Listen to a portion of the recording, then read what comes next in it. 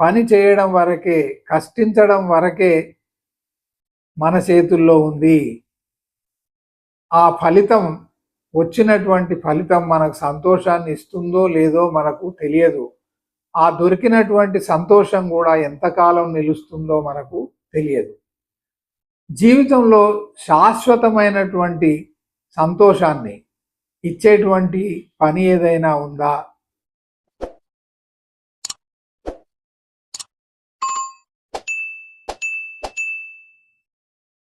నమస్కారం మిత్రులారా, మీరంతా ఎలా ఉన్నారు? ఈరోజు కష్టం గురించి మనం ముచ్చట పెట్టుకుందాం. కష్టపడితే ఫలితం దక్కుతుంది, కష్టే ఫలి అని మనకు ఒక నానుడి ఆర్యోక్తి ఉంది. అయితే కష్టపడితే తప్పకుండా ఫలితం దక్కుతుందా? దానికి గ్యారంటీ ఉందా అంటే చెప్పలేము. చేతికి అందింది నోటికి అందుతుందా అంటే చెప్పడం కష్టం. There is a slip between cup and lip అనేటువంటి ఇంగ్లీష్ సామెత ఉంది. ఒక పాయసాన్ని మనం తయారు చేసుకున్నాం శ్రద్ధగా కష్టపడి, దాన్ని ఒక పాత్రలో పోసుకున్నాం, స్పూన్తో తిందామని నోటిదాకా తెచ్చుకునే లోపే చేతి నుంచి అది జారి కింద పడిపోయింది. అంటే మనం దేన్నైతే సాధించాలని అనుకుంటున్నామో, మనం ఎంత శ్రమించినా పరిస్థితులు అనుకూలించక, ప్రతికూల పరిస్థితులు, మనం ఊహించినటువంటి అనేక సందర్భాలు, ఊహించినటువంటి అనేక సంఘటనల ద్వారా మనం అనుకున్నది సాధించలేకపోతుంటాం. అయితే ఎందుకు కష్టపడాలి అని నేను అంటాను. కష్టపడితే వచ్చేటువంటి ఫలితాన్ని చూసి నేను సంతోషిస్తాను, నేను సంబరం చేసుకుంటాను, పండగ చేసుకుంటాను అని అనుకుంటుంటారు చాలామంది. మనం కష్టపడి సంతోషంగా ఉండడానికి చేసేటువంటి ప్రయత్నం ఏదైతే ఉందో, ఆ ప్రయత్నమే తప్పేమో. కష్టపడకుండా మనం చేసేటువంటి పనిని ఇష్టపడితే, అంటే ఇష్టపడి మనం పని చేస్తే, కష్టపడి పని చేయడం కాదు, ఇష్టపడి మనం పనిచేస్తే ఎప్పుడు మనం సంతోషంగా ఉండడానికి అక్కడ వీలు కలుగుతుంది, ఫలితం ఏది ఏమైనా. ఎందుకంటే ఫలితం మన చేతుల్లో లేదనేటువంటి విషయం స్పష్టమవుతుంది. ఒక రైతు ఉన్నాడు, తన పొలాన్ని చాలా చక్కగా దున్ని, మంచి శ్రేష్టమైనటువంటి విత్తనాన్ని నాటి, సరి అయినటువంటి కాలంలో దానికి ఎరువులను అందించి, కలుపు అంతా తీసేసి, సకాలంలో దానికి నీటిని అందించి, కాపుకొచ్చిన తర్వాత రాత్రనక పగలనక దాని కాపలా కాసి, దాన్ని కోసి, ఆ ధాన్యాన్ని అంతా బస్తాల్లో నింపి మార్కెట్కు తరలిద్దాము అనుకునే రోజే ఊహించని రీతిలో వడగళ్ల వాన, విపరీతమైనటువంటి కుంభవృష్టి కురిసి ఆ మొత్తం పంట నేలపాలైనప్పుడు. కాబట్టి జీవితంలో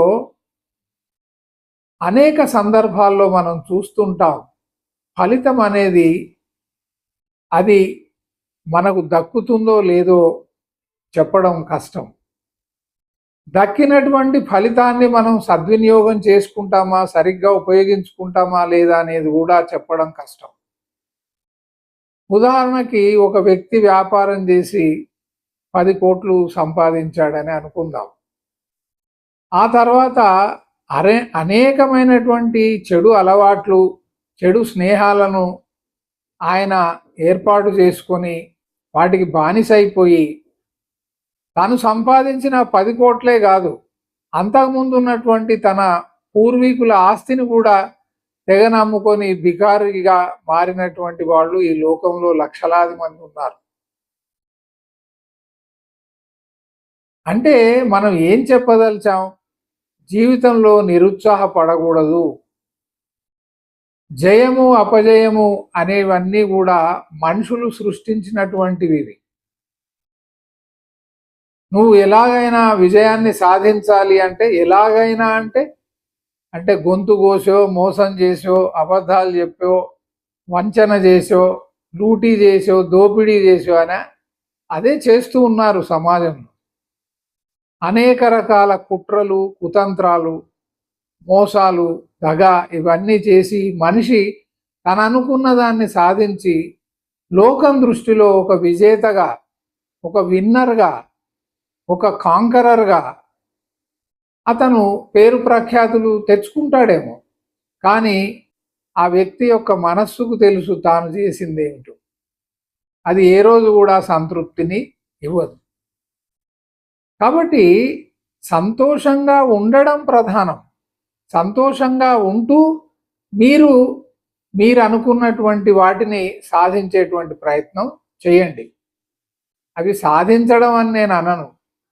ఆ ప్రయత్నం చేయడంలో మీకు ఆసక్తి ఉంటే, ఆ ప్రయత్నాన్ని మీరు సంతోషంగా చేయగలిగితే, ఆ చేస్తున్నటువంటి ప్రయత్నంలో మీకు ఎలాంటి శ్రమ కలగకుండా ఉంటే, అంటే ఆ భావన ఉండదు నేను శ్రమ పడుతున్నాను అయ్యో అని, సెల్ఫ్ పిటి, తన మీద తనే దయగా చూసుకునేటువంటి పరిస్థితి ఉండదు, తన మీద తనే జాలి పడేటువంటి పరిస్థితి ఉండకూడదు.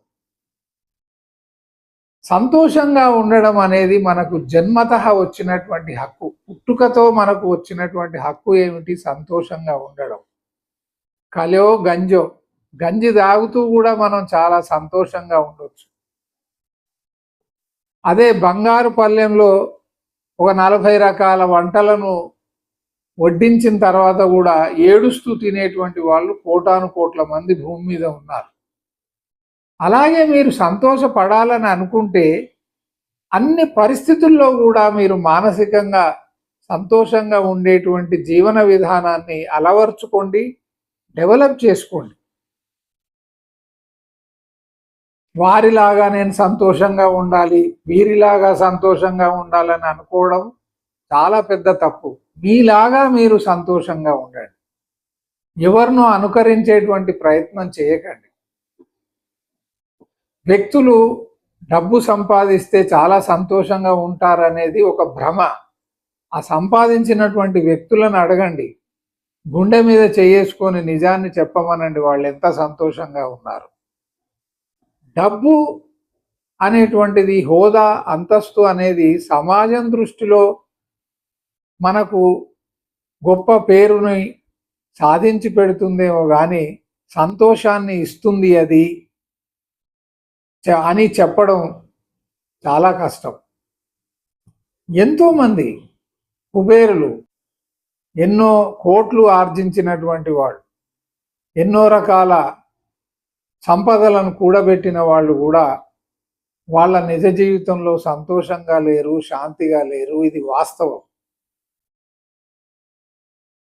కావున మనం సంతోషంగా ఉంటూ జీవించాలి. ఇలాంటి పరిస్థితులలో కూడా మనం సంతోషంగా ఉండేటట్టుగా మన జీవన విధానం ఉండాలి. ఆ సంతోషంతో, అంటే మన జీవితంలో మనం నింపుకున్నటువంటి సంతోషంతో మనం అనేక పనులను మనం చేస్తాం. మళ్ళీ మనం పనులు చేయడానికే పుట్టలేదు, అది కూడా గమనించాలి. మనకు తీరిక ఉంది కాబట్టి, మనకు ఆ పనిలో ఆసక్తి ఉంది కాబట్టి ఆ పనిని తీసుకోండి. అంతేగాని వారు చేయమంటే వీరు చేయమంటే చేయడం కాదు. మీరుగా ఆ పనిని ఇష్టపడుతున్నారా, లేదా దొరికినటువంటి పని మీద మీరు ఇష్టాన్ని పెంచుకుంటున్నారా? ఎందుకంటే ప్రతి ఒక్కరికి తాము నచ్చినటువంటి పని దొరకడం కష్టం. కానీ దొరికినటువంటి పనిని ఇష్టంగా చేసేటువంటి వీలు అందరికీ ఉంది. అది మనం చెప్తున్నాం. సో జీవితంలో చేసేటువంటి ప్రతి పనిని ఇష్టంగా చేయండి. ఆ పని ద్వారా ఎలాంటి ఫలితం వస్తుందో చివరి వరకు వేచి ఉండండి. ఎలాంటి ఫలితం వచ్చినా అది దైవ సంకల్పంగా భావించి దానిని స్వీకరించండి. అంటే కర్మలు చేయడం వరకే, పని చేయడం వరకే, కష్టించడం వరకే మన చేతుల్లో ఉంది. ఆ ఫలితం, వచ్చినటువంటి ఫలితం మనకు సంతోషాన్ని ఇస్తుందో లేదో మనకు తెలియదు. ఆ దొరికినటువంటి సంతోషం కూడా ఎంతకాలం నిలుస్తుందో మనకు తెలియదు. జీవితంలో శాశ్వతమైనటువంటి సంతోషాన్ని ఇచ్చేటువంటి పని ఏదైనా ఉందా? అది నేను చెప్పదలుచుకోలేదు. దాన్ని మీరేమనుకుంటున్నారు? అంటే ఇలాంటి పని చేయడం ద్వారా మనకు శాశ్వతమైనటువంటి సంతోషము, శాంతి దొరుకుతాయని మీరు భావిస్తే దాన్ని మీ కామెంట్స్లో తెలియజేయండి. అలాగే విషయాన్ని 10 మందితో పంచుకోండి. ఎందుకంటే ఈ రోజుల్లో ఇలాంటి విషయాల పట్ల శ్రద్ధ ఉన్న వాళ్ళు చాలా తక్కువ. నమస్కారం.